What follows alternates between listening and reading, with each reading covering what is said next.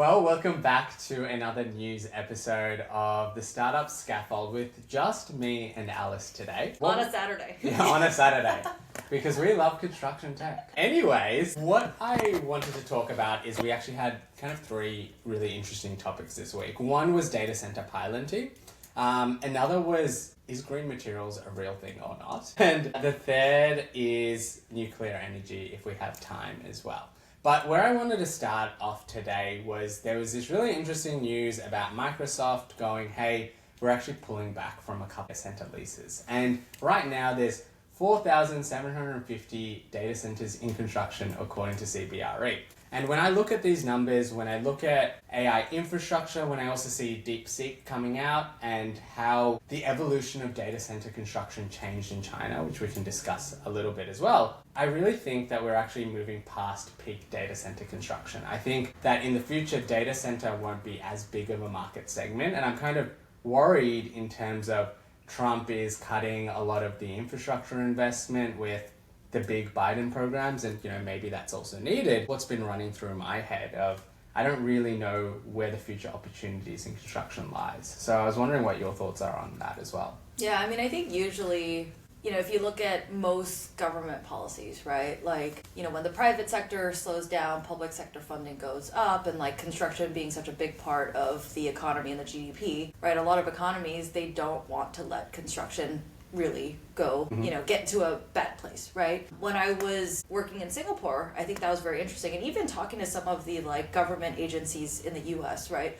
A lot of the times they have like fully designed like projects that are just sitting on the shelves, kind of waiting for some type of government stimulus requirement. And then when that happens, then you start, bidding those jobs out. And like, that's a part of kind of government stimulus. I think with the data center stuff, it's been not really driven as much by kind of federal or whatever. It's obviously very private sector driven. Frankly, I'm actually glad that we're going to stop with all this data center construction, because if you look at the water use, I mean, like maybe this is just me being, a green forward person living in San Francisco and looking at climate and the impacts of data centers on not just like water use, but there's some cities, and I'm sure like other places around the world, where just the number of permitted data centers and the power usage is going to far exceed what the grid can even allow. And it's like a lot more than what the like cities and the towns and the homes and like what those people need, right? So like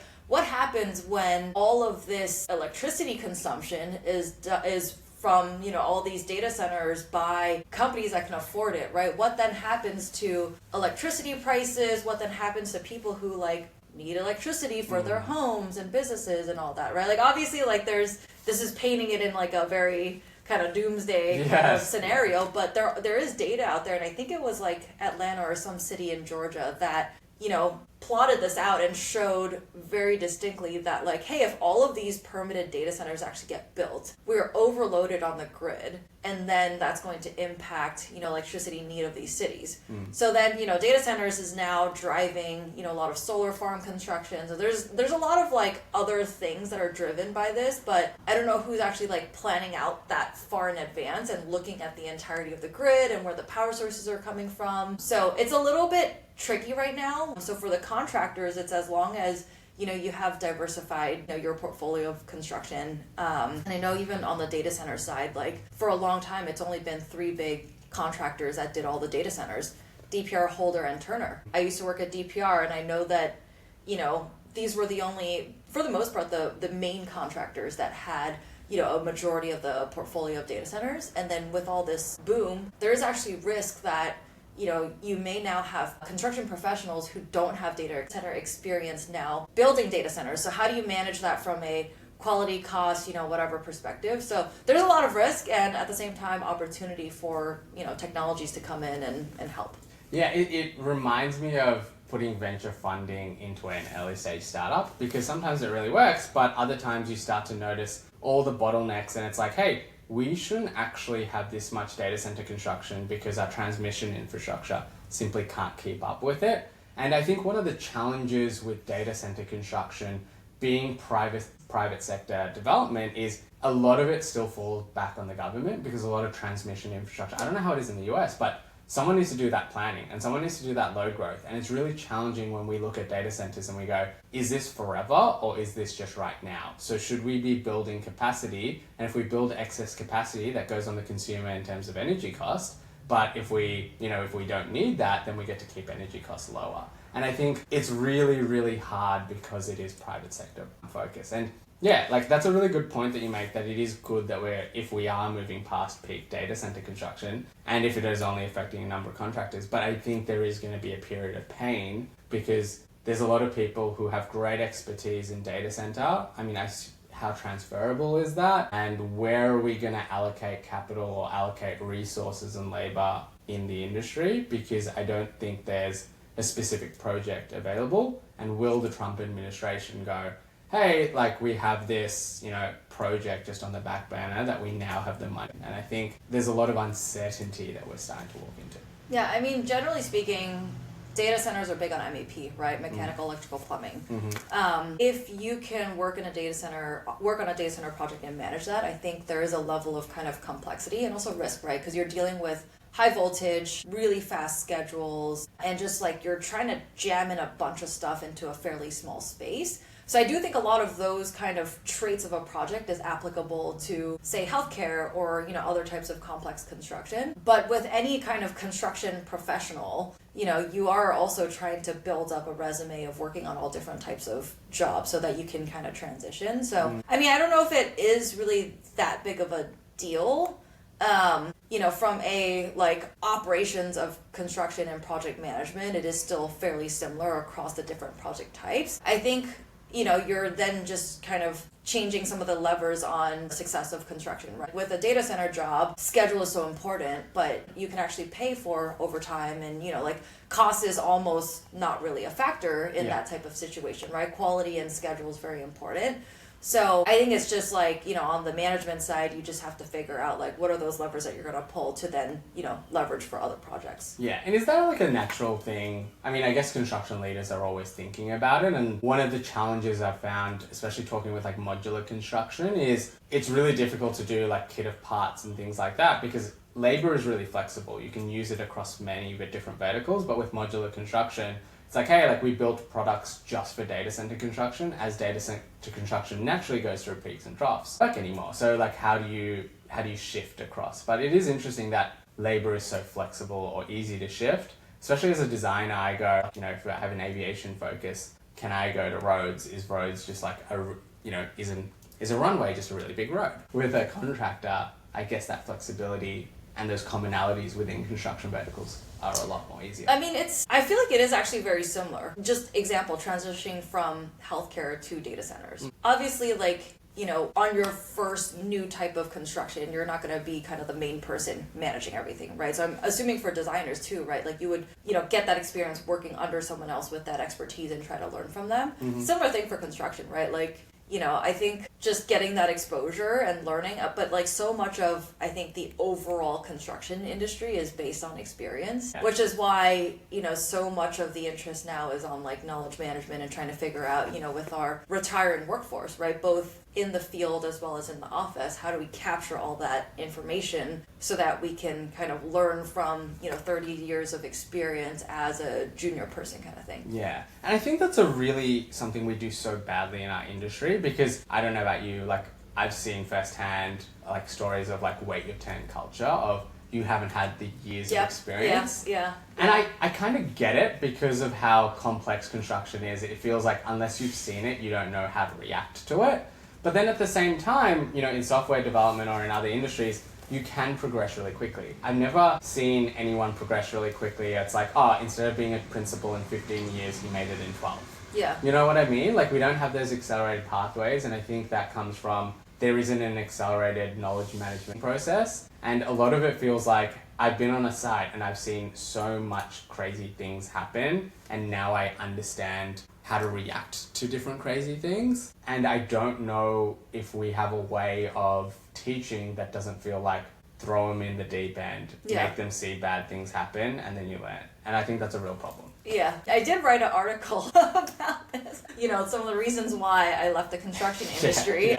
It does highlight this you kind of have to pay your dues, right? Not just from a career growth perspective, but also being on the construction site, right? It's almost like you have to fulfill your hourly requirement kind of thing, right? And I do think that is something really, really kind of, I don't want to say wrong with our industry, because in some sense, like it made a lot of sense basically up until now, right? When everything was not searchable, when everything was offline, when all of the documentation was literally in filing cabinets, and you just didn't have access to construction information. I mean, look at how Wikipedia changed. I had Wikipedia in college, right? I no longer had to like really learn everything from a textbook. I could learn it from the internet. Now, this new generation of the workforce, like they're even more accelerated. It's like you have ChatGPT now. You could learn almost anything out there fairly quickly, and you can decide how you want to learn too, right? And I do feel like with construction, like we should get to that point where we no longer need to experience all these traumas on a construction site to really understand, like, you know, so that I don't make that same mistake again, right? Like, there should be a way to capture all that information. I do think we're getting there. Like if you think about even just like some of the major project management tools, right? Procore, ACC, like you have your field orders in there, you have change orders in there, you have issues that you're documenting. In theory, that is a treasure trove of information that if you can extract that out and understand the cost impacts, schedule impacts, like in theory, you should be able to inform new construction or at least even set reminders for people where it's like, hey, you know, this next pour is coming up. As a reminder, review these RFIs, review these change orders. By the way, on, you know, 5 of the past projects that are similar to this, like these are the things that arose, like make sure you check for this. And I do think at some point, you know, people working in construction will no longer need to like memorize all of these problems that had happened, and it will actually turn into more of like a relationship customer service kind of management role. And I think it's very interesting because like that is, you know, what we should strive for, especially now as there's less and less people interested in coming to work in the construction space. But I think what you're highlighting is like more of a general trend with how our relationship with information and learning has changed over time. And the construction industry has kind of siloed itself off to that of, hey, once upon a time it was like memorize a textbook, or the person who had the knowledge in their head, really valuable, and encyclopedia. But now it's like, oh, I have everything on the internet. Now we have AI, it's like actually even being able to access information isn't that good. It's being able to distill information and being able to act upon information and being able to get the right information almost immediately. And I think for the construction industry, we still live in this encyclopedia world where there's that one person on site who knows everything. And we need to understand that knowledge is now living in places, and we just need to figure out how to access it and enable our people to have it. And if I own a construction site, instead of calling the bloke on site or like calling the bloke back to the office, can surface the relevant information to my fingertips, you know, I can learn a lot quicker, and I can learn through that knowledge management, and I should be rewarded that in career progression as well. And I think that, you know, I've seen people do the long hours over 3-4 years, should be a senior, and being told to wait their turn because, you know, if someone with 10 years hasn't gotten it yet. And it's like, that sucks and that's stupid, and that's why that person is changing companies or leaving the industry. Exactly. And it's very common.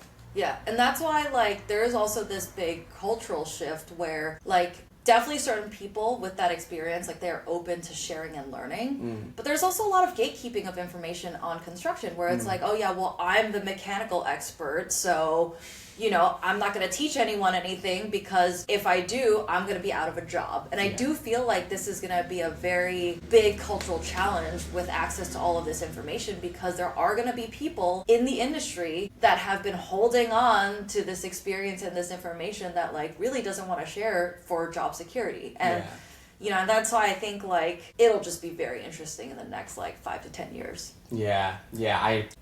I know that person. So switching it over, some of the big news this week was Terra CO2, a creator of low carbon materials, actually raised funding. And I've spent a lot of time thinking about green materials, writing a report on it, on how we can actually get it adopted on site. And through this process, I've realized that it's really challenging, and I've seen anecdotal evidence of now clients kind of going, hey, I need you to meet an emission target with the adoption of material. But then on our side, it's really risky to use a new material on site because we don't have performance data. We don't know if it's going to fail. That's cost. And then who owns that risk? it's just really challenging. And at the same time, we have a rising amount of regulations. So the CPR in the EU, the GSA in the USA has a low carbon material development requirement, and California, we need green materials to meet climate targets. But at the same time, as an industry, are we actually using green materials? I can't recommend a builder, or even if I talk to a builder,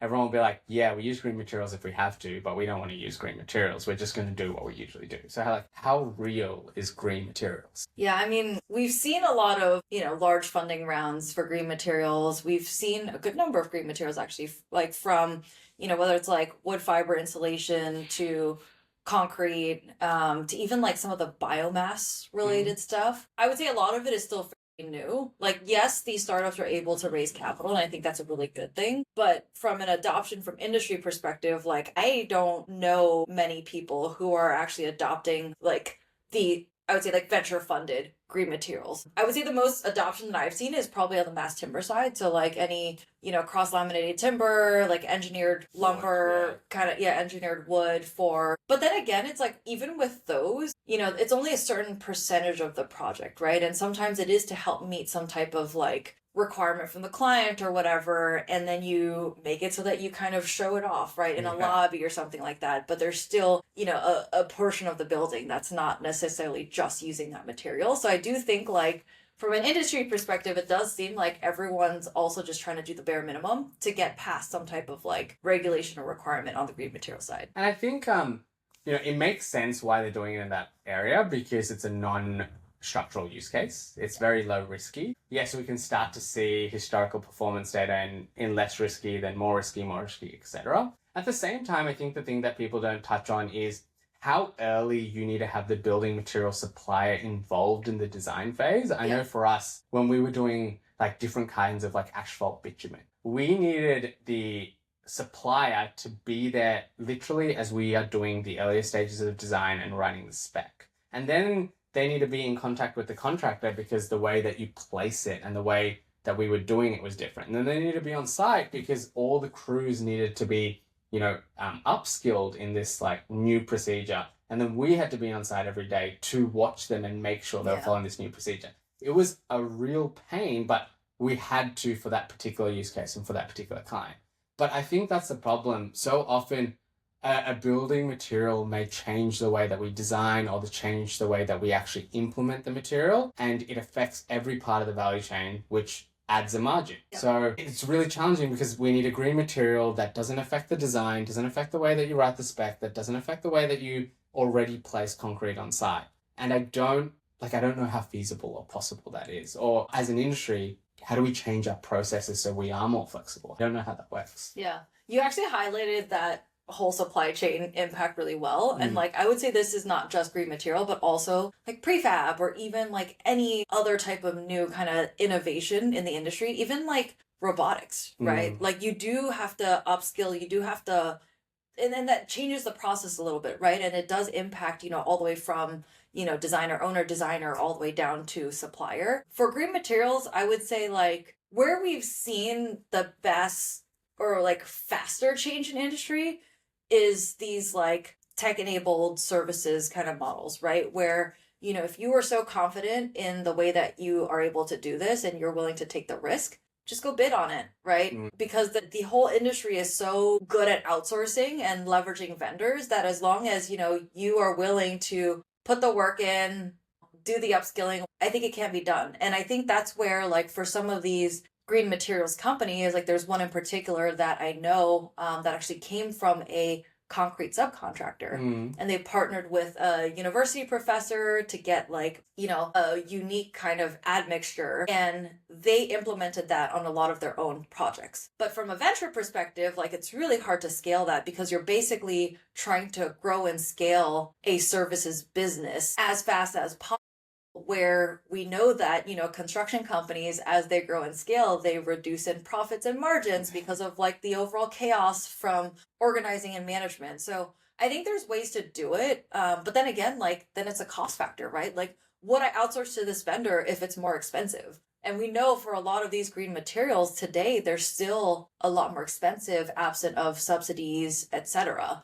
And like, yeah, in Europe, it's great and it's getting adopted because of the government push, but there's also a lot of government subsidy. We don't have that here. And especially in this administration, like, who knows what's going to happen. But I think the highlight and always the challenge is, yes, you can be a subcontractor, and sure, if you're delivering a really expected or common set of works, that's fine. But I don't know how about you guys write specs here, but on the design side, when you're putting that submittal in, if it's a recipe-based spec or a performance-based spec, you need the industry to start writing performance-based specs to actually make green materials happen. And that's an entirely different conversation about, how we write specs and will that change? Yeah. And I don't think the industry is actually structured for change at a fast rate for, frankly, like good reasons. But you need a little bit more like vertical, holistic change to actually get green materials, I think. Yeah, I think performance-based specs in the US is very,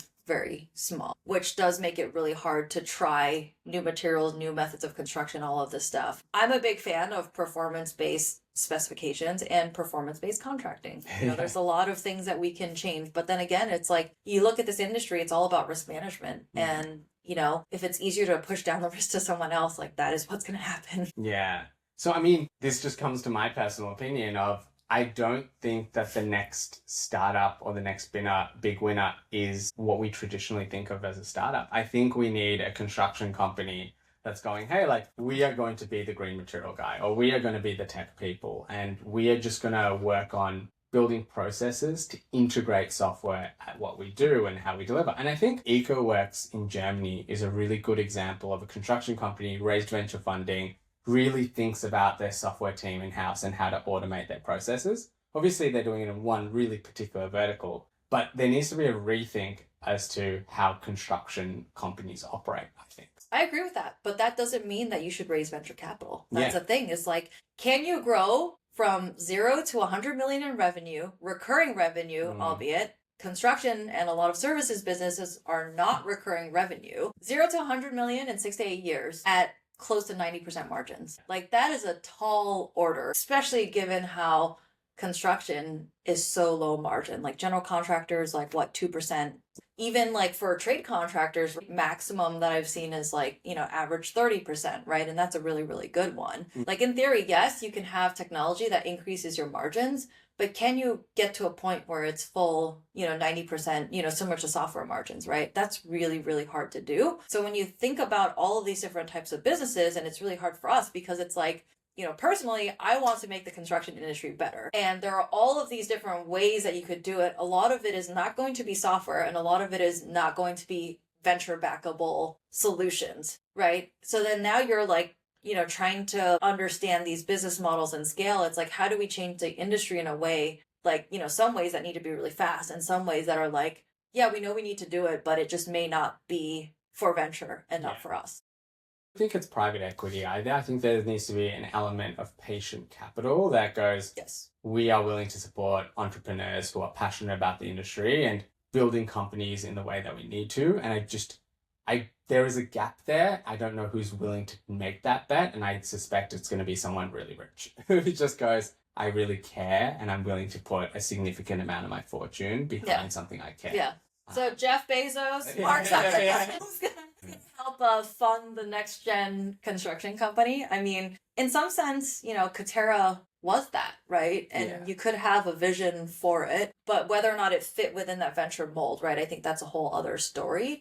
Private equity, like, there's all different types of private equity. The private equity we're seeing today is a lot of roll-ups. Don't even get me started on it. I'm hearing a lot of going backwards in time because of private equity, and it makes me really sad. But there are, all different types of funding mechanisms. I think there's also things that we need to look at from I don't know, it's always hard for me because construction is such a risky business that, like, in some sense, like, you may not actually want to make it easier for people to start construction businesses because, like, so many businesses at the small scale, like, one job will end the company, and then what ends up happening is you go through bankruptcy and then you just set up another LLC or whatever, right? And then you just keep going. Like, there's definitely shady people that have kind of ruined it for everyone. So in some sense, I'm like, okay, we need to figure out a way to provide kind of, I'm calling it seed funding, but not venture seed funding, but seed funding for new construction businesses that can leverage technologies, because we do need I do truly believe we need a next gen kind of construction company. Yeah, no, I completely agree with that. To make sure that we don't fall down a complete rabbit hole, let's shift the topics, okay? But the other thing that's been in the news more recently, and it also just last week, is nuclear energy. And this real push by the administration to get new reactor development, or like new fusion reactors, or different kinds of nuclear reactors. And then at the same time, we're seeing, because of data centers, this demand for baseload capacity, and renewables are intermittent and has issues, and we can't use coal. So nuclear has gone from we don't want to touch nuclear to nuclear is very much in vogue. And I think that could be, circling back to our data center conversation, maybe nuclear power plants is what we start pivoting to in the industry. And I know there are some startups in this space with modular. So I wanted to hear like what your thoughts on nuclear are. Yeah, there's some very well-funded startups, and then there's also like micro nuclear reactor startups. There's a whole bunch of different kinds. Like, I think with nuclear, for some of them, even if the physics has been figured out, I think there's still a challenge of both like the policy, or it's not policy side, maybe the community side, right? I think nuclear has always had such a bad reputation from a safety and danger perspective. And I remember talking to a company out in Berkeley that does nuclear waste storage. And a lot of what they have to do is like go into communities and do like advocacy work, because depending on where you're put these things, right, and the perceived danger of it, you do need community support, because otherwise you'll have a lot of people kind of worried, scared, whatever it is, right? So I think this is probably a bit more challenging from a social side rather than like a technology side. And at the same time, like building these things are not easy. And a lot of the times these projects are very one-off bespoke projects, and there aren't a lot of contractors that can do that. I mean, just the handful that we have, you know, in the actually, I don't know exactly how many, but like, you know, they're really hard to design and build. Yeah. And it's like a 10-year situation. So like, it's great that we're investing in it now, but chances are like, we're probably not going to see this stuff like actually online and working for another decade or so. And I do feel like, you know, some of the challenges is like with venture funding for some of these things, like, is there a risk of speeding up the development and like, you know, forced entry into the market too fast from a safety, regulatory, whatever perspective? Because there is that risk where, you know, in Silicon Valley, you're told to move fast and break things. But sometimes if moving fast and breaking things is in the like risk of safety and health, I think that's a big deal. And like, I think this is where we need government to step up and really understand, you know, we've seen a lot of stuff with AI, right? Like move fast, break things. Like we're now, you know, actually now we're seeing like the challenges of social media, right? Yeah. But on the AI side, like, do we have enough people on the government side to really set forth regulation that can help kind of protect the everyday person about this stuff? And I do worry with nuclear, you know, if like permit review, like whatever it is, right, on the regulatory side, if the startups move too fast and kind of figure out their ways around, you know, certain regulatory requirements, like, is there a little bit of a risk, right? And I think with any type of like new build of some sort, right, there's always going to be some type of risk. So that is a little no, it's a good point. Gloomy of a I think it's a really good point, because in construction, policy and regulatory risk is a thing for a startup going to market. And it's a thing for a really understandable reason, which is safety. And, you know, on every construction project, things take slow, or there's like NEPA reviews. And yes, they're ridiculous, but at the same time, we kind of need it as well. We don't know the impact. And even with like SMR development, I don't think there's been one deployed in the US properly. So it's a new technology. What's SMR? Small modular reactors. Okay, yeah. Yeah, I'm not sure if they've been deployed. I don't think so. Yeah, so it's like, yes, this is a great opportunity, but we need someone to prove that it works in the US and they can safely build it. Maybe we should go slow, because a nuclear fallout is something no one wants. And then venture capital investors are going, no, go faster. And the crazy thing is we have seen already some of the startups kind of, you know, go around regulation by doing things on private land. So that's a whole other thing with, you know, US venture capitalism is like the ability to almost do as you please on private land, Like some of it I'm like, we kind of need to. So like I'm kind of hinting at, some of the like autonomy plays, right? Obviously not like self-driving cars, but some of the stuff that we've seen on the like mining kind of construction side, you've been able to get away with doing certain things on private land because it is private land, right? So thinking about, Silicon Valley, all of that. In the US, you do have this like, and I'm sure it's not just the US, but globally, right? There's islands, there's remote places, blah, blah, blah. So yeah, it's very interesting. And like, yeah, we don't want the risk of, non-regulation in certain things that could be unsafe. Yeah. And I think that's the balance between financial imperatives and then safety, which I think traditionally looking at some certain sections, that isn't a balance that's played out well. And I think, government potentially struggles to attract the right kind of talent because you'd want to be building the thing rather than stopping it or reviewing it. So yeah, it's really challenging. Like we see it in AI and now we're going to see it in nuclear. And it's just a framing that the construction industry needs. And I think it's a framing for a founder selling to construction of complaining about product-led growth doesn't work. Well, it's because we're naturally risk averse. And we're naturally risk averse when something you build and fail costs a lot of money, kills a transport network, or like hurts people. Because I've seen on an overnight shift, there was one in Melbourne, like anecdotally, where the entire grid network of Melbourne just shut down. And because someone decided not to do something and then just like pave over it, first truck ripped it straight up. And I remember that day because I was stuck in traffic for hours and then I was like calling up people and like, what's going on? And that amount of risk makes you naturally be really careful, and everyone remembers those stories. Yep. So we are moving slow, but we are moving slow for a reason, and it's built into us because you've got to be careful when the risk is so high.